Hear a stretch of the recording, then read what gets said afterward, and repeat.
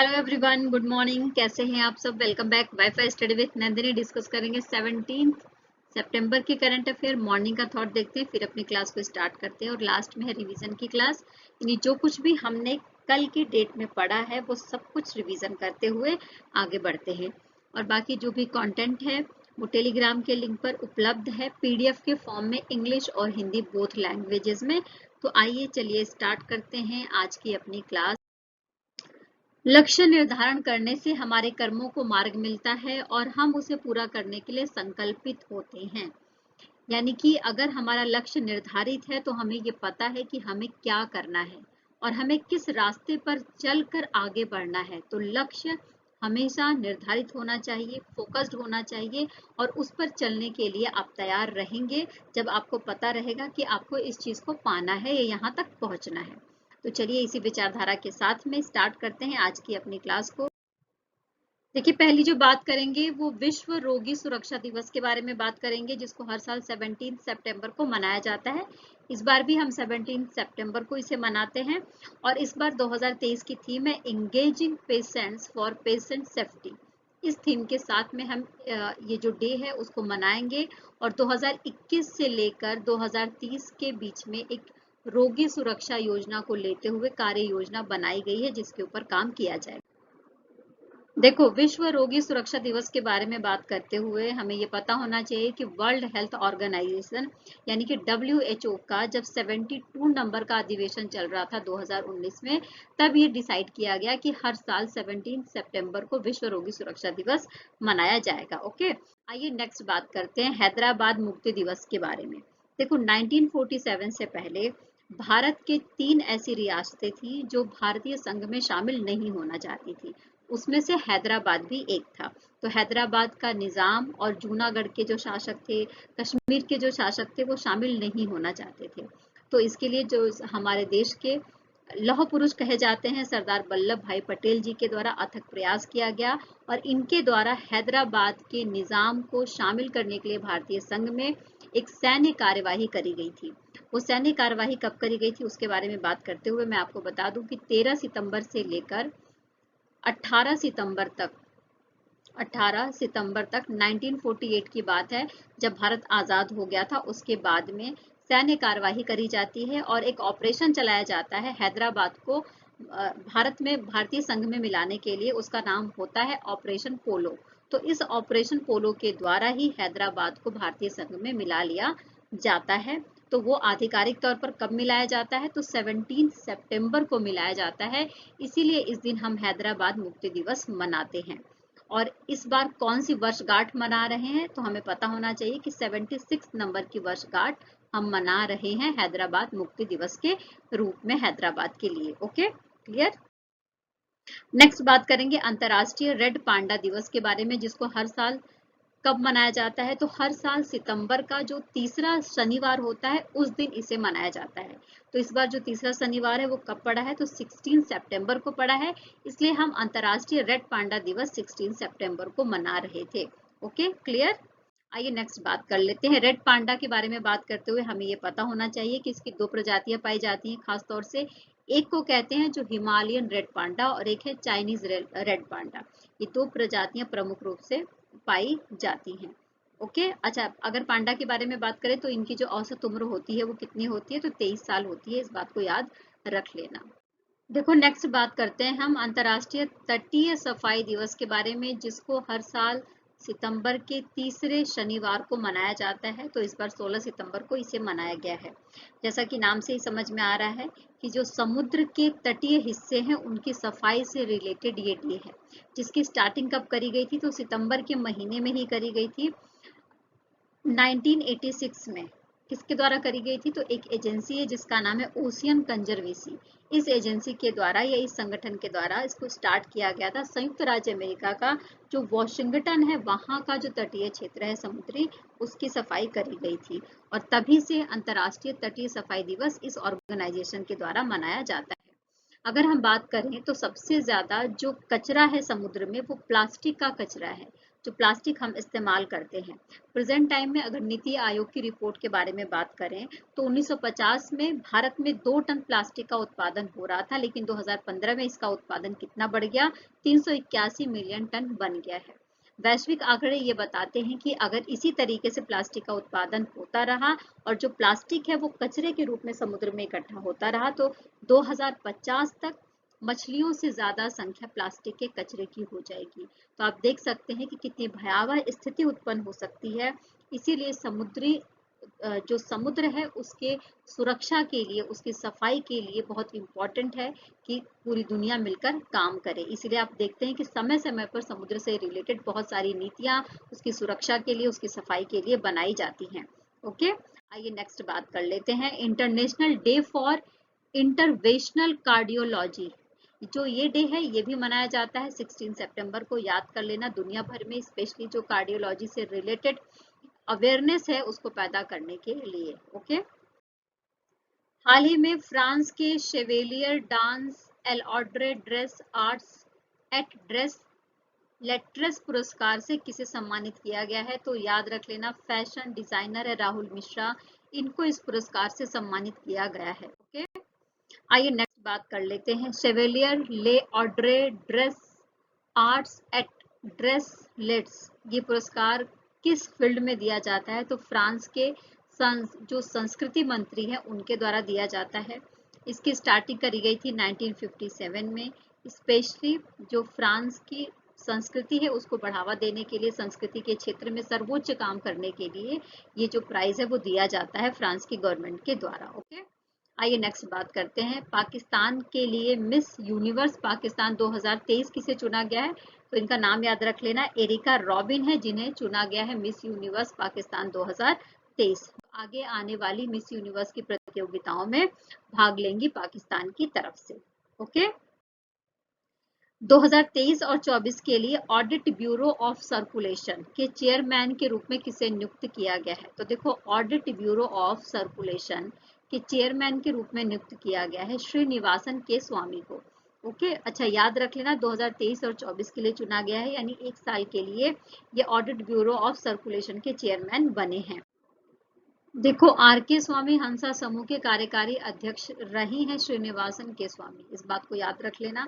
साथ में ही जब इस कंपनी से जुड़े हुए ये थे तो जो advertising agency association of India के द्वारा इस कंपनी को प्रतिष्ठित लाइफ टाइम अचीवमेंट अवार्ड से भी सम्मानित किया गया था।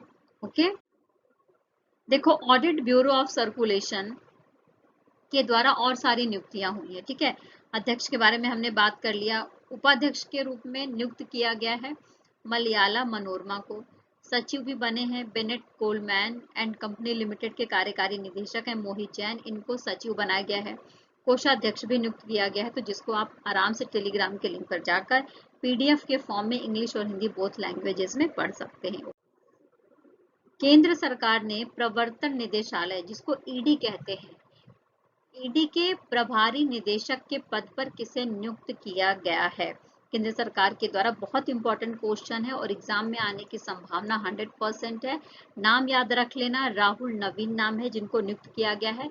संजय कुमार मिश्रा जिनका कार्यकाल अभी 15 सितंबर को समाप्त हुआ है, उनकी जगह पर इनकी नियुक्ति करी गई है, जो 1993 बैच के आईएएस ऑफिसर हैं। ओके, आइए नेक्स्ट बात करते हैं। ईडी या प्रवर्तन निदेशालय या जिसको हम इन्फोर्समेंट डायरेक्टोरेट कहते हैं, इसके बारे में जानकारी लेते हुए इसकी स्थापना 1 मई को करी गई थी 1956 में। इसका मुख्यालय आपको भारत के नई दिल्ली में देखने को मिलेगा और ये स्पेशली जो इसका काम है वो आर्थिक कानूनों और नियमों को लागू करवाना है और बहुत सारे अपराधों जो मनी लॉन्ड्रिंग से संबंधित हो, विदेशी मुद्रा उल्लंघन हो, ऐसे मामलों की जांच करना, मुजरिमों को पकड़ना इनका काम है। ओके, देखो भारत सरकार के द्वारा आत्मनिर्भर भारत पहल को बढ़ावा देते हुए घरेलू विक्रेताओं से कितने मूल्य के रक्षा अधिग्रहण को मंजूरी दे दी है, तो ये है 45,000 करोड़ रुपए तक के अधिग्रहण को मंजूरी दे दी गई है भारत सरकार के द्वारा, यानी इतने तक का अधिग्रहण कर सकती हैं भारतीय कंपनियां। ओके, मेक इन इंडिया और आत्मनिर्भर भारत के तहत ऐसा किया गया है। हमारे देश के रक्षा मंत्री कौन है? तो राजनाथ सिंह जी हैं। तो राजनाथ सिंह जी के द्वारा हमारे जो घरेलू विक्रेता हैं, यानी जो घरेलू कंपनियां जिन्होंने खोला हुआ है, उनके लिए ये सुविधा लेकर आया गया है। अच्छा, यहाँ पर ये प्रॉपर लिस्ट दी गई है जिसमें आप देख सकते हैं कि कौन कौन से सामान का अधिग्रहण किया जा सकता है। तो यहाँ पर देखिए, बहुउद्देशीय वाहन है, एकीकृत निगरानी है, लक्ष्यीकरण प्रणाली है, साथ में हाइड्रोग्राफिक क्षमताओं को बढ़ाने के लिए सर्वेक्षण जहाज है भारतीय नौसेना के लिए। इसके अलावा हिंदुस्तान एरोनॉटिक्स लिमिटेड से संबंधित उपकरण है और SU-30 MKI विमान भी शामिल हैं। तो आप देख सकते हैं कि कितने सारे जो हेलीकॉप्टर्स हैं, विमान हैं, उपकरण हैं, इनका अधिग्रहण किया जा सकता है। देखो, पीएम विश्वकर्मा योजना के बारे में बात करेंगे। पीएम विश्वकर्मा योजना के अंतर्गत कितने पारंपरिक शिल्पों को कवर किया गया है, ये क्वेश्चन पूछा जा रहा है। तो आप याद रख लेना, 18 शिल्पों को कवर किया जाएगा पीएम विश्वकर्मा योजना के तहत। इस योजना के तहत जो शिल्पकार हैं, जो कारीगर हैं, उन्हें एक ID कार्ड दिया जाएगा, प्रमाण पत्र दिया जाएगा, जिससे उनकी पहचान हो सकती है। पारंपरिक जो हमारे देश में शिल्प चले आ रहे हैं, जैसे बढ़ई का काम है, लोहार का काम है, सुनार का काम है, मिट्टी के बर्तन बनाना है, ऐसे ऐसे 18 शिल्पों को मदद दी जाएगी, शिल्पकारों को मदद दी जाएगी और इसके लिए 13,000 करोड़ रुपए का आवंटन किया जाएगा। इस बात को आप याद रख लेना। इसकी स्टार्टिंग कब करी जाएगी? तो 17 सितंबर को करी जाएगी, जिस दिन प्रधानमंत्री नरेंद्र मोदी जी का बर्थडे होता है और प्रधानमंत्री नरेंद्र मोदी जी के द्वारा ही नई दिल्ली के द्वारका में जो India international convention and expo centre है, वहां पर पीएम विश्वकर्मा योजना का शुभारंभ किया जाएगा। ओके, तो आई होप कि आपने इस योजना के बारे में बहुत अच्छे से समझ लिया और ये भी याद रख लेना कि विश्वकर्मा जयंती जो हिंदू कैलेंडर है उसके अनुसार कन्या संक्रांति पर आती है। यानी जब कन्या संक्रांति आती है तो उसी दिन विश्वकर्मा जयंती मनाई जाती है। यानी कि हम इसको कब मनाएंगे? तो इसको हम मनाएंगे 16 से लेकर 18 सितंबर के बीच में। ओके, और नेक्स्ट बात कर लेते हैं, केंद्र सरकार ने साझेदारी मोड के तहत कितने अतिरिक्त सैनिक स्कूलों के निर्माण की मंजूरी दी है? तो केंद्र सरकार ने सैनिक स्कूलों के निर्माण के लिए मंजूरी दी है। यहाँ पर उनकी संख्या पूछी जा रही है, तो आप याद रख लेना 23 ऐसे सैनिक स्कूल बनाए जाएंगे भारत में। और साथ में ही जो क्लास 6 से जहां पर पढ़ाई स्टार्ट होगी और साथ में ही 100 नए सैनिक स्कूलों की स्थापना के लिए भी प्रावधान किया गया है ना, जिसमें से स्टार्टिंग में 23, अभी जो फर्स्ट फेज है उसमें अभी 23 स्कूलों के निर्माण के बारे में बात किया गया है। ओके, देखिए, सैनिक स्कूलों का एक अपना कल्चर होता है। वो बच्चों में स्टार्टिंग से एक डिसिप्लिन, देशभक्ति की भावना, एक नियमित जो जीवन शैली होती है उसको अपनाने के लिए प्रेरित करते रहते हैं। तो इस उद्देश्य को प्राप्त करने के लिए पहले फेज में 23 सैनिक स्कूलों का निर्माण किया जाएगा और बाद में इनकी संख्या बढ़ाकर 100 कर दी जाएगी। आइए नेक्स्ट बात कर लेते हैं, सरपंच संवाद मोबाइल एप्लीकेशन किसके द्वारा विकसित किया गया है? तो सरपंच संवाद एक मोबाइल एप्लीकेशन है जो विकसित किया गया है क्वालिटी काउंसिल ऑफ इंडिया के द्वारा, यानी QCI के द्वारा। याद रख लेना, quality council of India. Okay, अच्छा, ये जो एप्लीकेशन है ये किस राज्य से संबंधित है? तो याद रख लेंगे, असम से संबंधित है और असम के जो राज्यपाल है गुलाब चंद्र कटारिया, उनके द्वारा ही राजभवन में क्वालिटी काउंसिल ऑफ इंडिया के द्वारा विकसित जो सरपंच संवाद मोबाइल एप्लीकेशन है उसका अनावरण किया गया है। इसका उद्देश्य क्या है? उद्देश्य ये है कि जो 2.5 लाख सरपंच है, जो ग्राम प्रधान है, वो किस तरीके से विभिन्न सरकारी योजनाओं से जुड़े हुए हैं और उनका कनेक्शन किस तरीके से गांव के लोगों से भी है। तो इन दोनों के बीच में, इन स्पेशली अगर मैं कहूँ तो इन तीनों के बीच में एक तरीके से एक पुल के रूप में काम करेगा सरपंच संवाद मोबाइल एप्लीकेशन। ओके, यानी कि जो भी काम किया जा रहा है, कि जिस भी स्कीम के तहत काम किया जा रहा है उसकी पूरी जानकारी आपको मिल सकती है। आसाम के बारे में बात करेंगे तो जो हमारे देश का 7 सिस्टर्स वाला एरिया है, यानी कि जो भारत का पूर्वोत्तर एरिया है, वहां पर आपको आसाम देखने को मिल जाएगा। यहाँ पर काजीरंगा राष्ट्रीय उद्यान, मानस राष्ट्रीय उद्यान और नामेरी राष्ट्रीय उद्यान प्रमुख रूप से फेमस है। इसका गठन एक राज्य के रूप में हुआ था 26 जनवरी 1950 में। राजधानी दिसपुर है। भाषा यहाँ पर असमिया बोली जाती है। मुख्यमंत्री हिमंत बिस्वा शर्मा जी हैं। राज्यपाल गुलाब चंद्र कटारिया। आधिकारिक नृत्य यहाँ पर बिहू है। और साथ में ही राज्यसभा के लिए 7 सीटें यहाँ से जाती हैं और लोकसभा के लिए 14 सीटें यहाँ से जाती हैं, याद रख लेना। और नेक्स्ट बात कर लेते हैं, आप स्क्रीन पर देख रहे हैं नवीन पटनायक जी को। नवीन पटनायक जी जो उड़ीसा है उसके मुख्यमंत्री हैं, हमको अच्छे से पता है। तो उड़ीसा की गवर्नमेंट के द्वारा ही पोषण को बढ़ावा देने के लिए, पोषण किसमें, बच्चों में, किशोरों में और युवतियों में और जो गर्भवती महिलाएं हैं उनमें, तो पोषण को बढ़ावा देने के लिए मुख्यमंत्री संपूर्ण पुष्टि योजना का अनावरण किस राज्य में किया गया है, तो याद रख लेना राज्य का नाम क्या है, तो उड़ीसा है। उड़ीसा में ऐसा किया गया है। ओके, अच्छा, इसके बारे में और जानकारी लेते हुए, तो देखो 15 से 19 वर्ष तक के जो किशोर हैं उनके लिए जो आहार दिया जाएगा या गर्भवती महिलाओं को जो आहार दिया जाएगा उसमें विटामिन हैं, प्रोटीन्स हैं, खनिज तत्वों से भरपूर जो भोजन है उसको देने की कोशिश करी गई है। ओके, अच्छा, साथ में उड़ीसा ने जब जो अपना फाइनेंशियल ईयर 2020 और 21 का बजट दिया था तो ये घोषणा करा था कि उनका जो बजट है वो पोषण से संबंधित है, यानी कि पोषण पर आधारित है। देखिए, पद पुष्टि योजना, इस योजना के बारे में बात करते हुए मैं आपको बता दूं कि जो नवीन पटनायक जी हैं, उड़ीसा के मुख्यमंत्री हैं, उनके द्वारा ये बोला गया कि हमारे राज्य के जो किशोर हैं, बच्चे हैं, और जो स्पेशली जो आदिवासी इलाकों में रहते हैं, दूर दराज वाले इलाके में रहते हैं, उन बच्चों को क्वालिटी वाइज जो भोजन है वो उपलब्ध हो जाए पद पुष्टि योजना के तहत। इसके अलावा जो गर्भवती महिलाएं हैं, जो नवजात शिशु हैं, उनके स्वास्थ्य और कल्याण को ध्यान में रखते हुए ममता नामक योजना शुरू करी गई थी। कहाँ के द्वारा, तो ये भी शुरू करी गई थी उड़ीसा के द्वारा। ओके, उड़ीसा के मुख्यमंत्री कौन है, तो नवीन पटनायक जी हैं, जैसा कि हमने कई बार पढ़ लिया। उड़ीसा के बारे में जानकारी लेते हुए, तो भारत का जो पूर्वी हिस्सा है वहां पर उड़ीसा आपको देखने को मिल जाएगा। एक राज्य के रूप में इसका जो स्थापना है वो 1 अप्रैल को 1936 में हो गया था, यानी कि 1936 में हुआ था। राजधानी भुवनेश्वर। राज्यपाल गणेशी लाल, मुख्यमंत्री नवीन पटनायक। राज्यसभा के लिए 10 सीटें यहाँ से जाती हैं और लोकसभा के लिए यहाँ से 21 सीटें जाती हैं। ओके, जो हमने कल पढ़ा फटाफट उसका रिवीजन कर लेते हैं। तो चलिए आइए स्टार्ट करते हैं। 16 सितंबर को ओजोन परत के संरक्षण के लिए अंतर्राष्ट्रीय दिवस के रूप में मनाया जाता है। कब मनाया जाता है, 16 सितंबर को हर साल ओजोन परत के संरक्षण के लिए ये दिन मनाया जाता है। हाल ही में प्रमुख लुब्रिकेंट ब्रांड मोबी ने किसे अपना ब्रांड एम्बेसडर बनाया है, तो देखो मोबी के ब्रांड एम्बेसडर के रूप में नियुक्त हुए हैं अभिनेता ऋतिक रोशन।